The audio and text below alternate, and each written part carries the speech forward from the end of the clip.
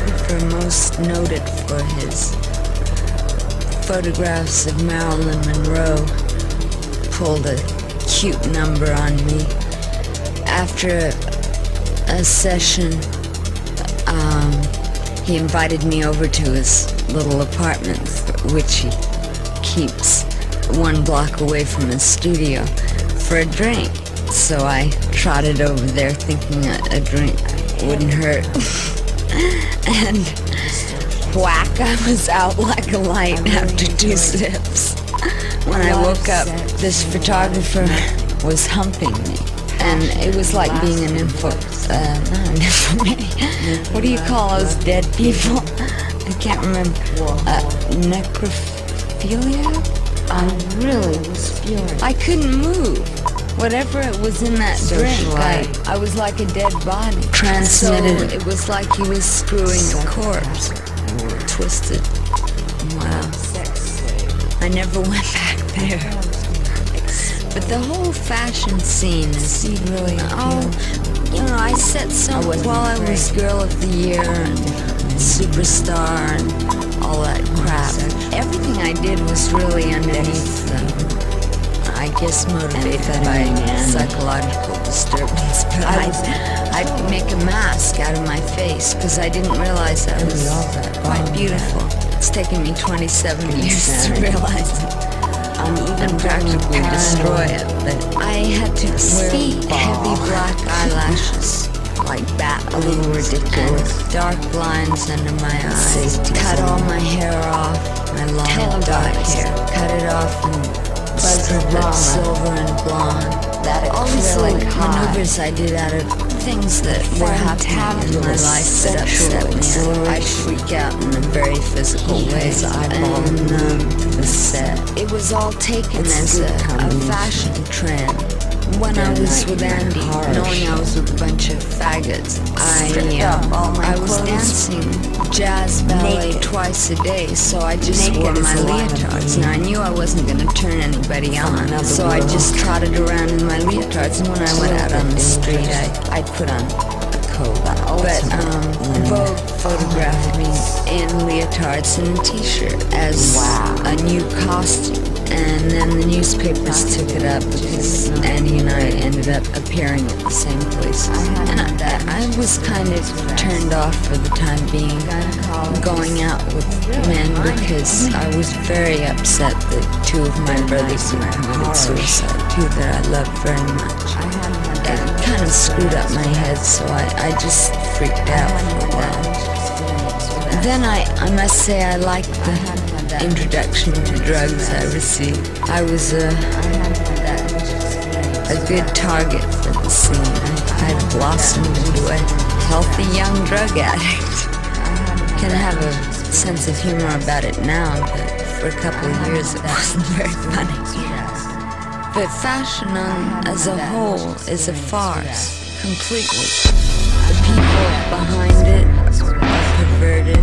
The styles are created by freaked out people, just natural weirdos. I know this because I worked that experience while I was married, and while I had that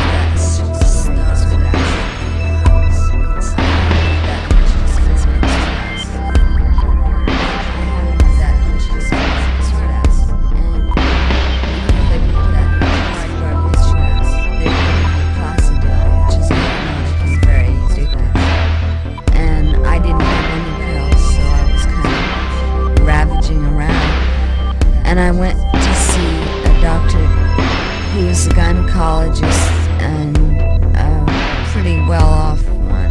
He said, how would I like to shoot up some acid with it? And this is really mind-blowing.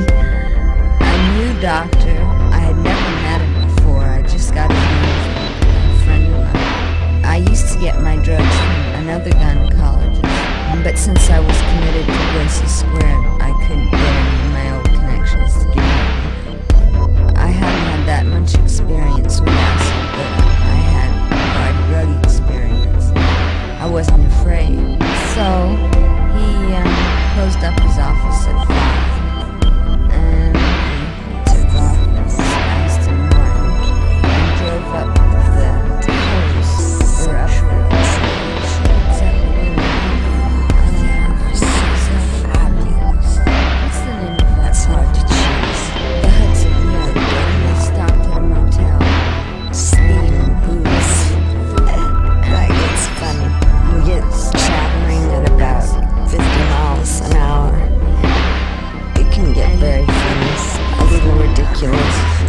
doesn't go into insane ravages. I kind of gets amused somewhere between insanity and a safety zone. It's a good combination for a party, not for an orgy though.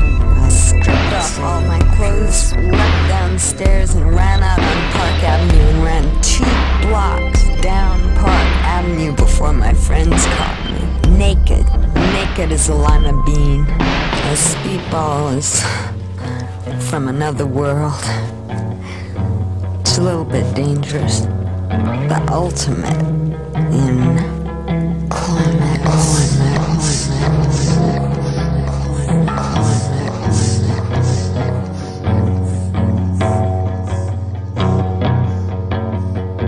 It doesn't matter what you create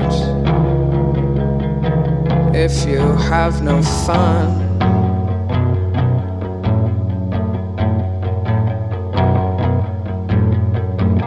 Pretty girl, put down your pen, come over here, I'll show you how it's done.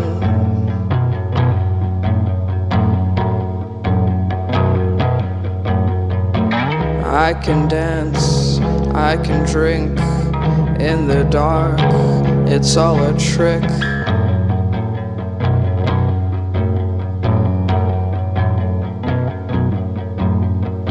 Across the room, across the street, I'm in the moment, can't you see?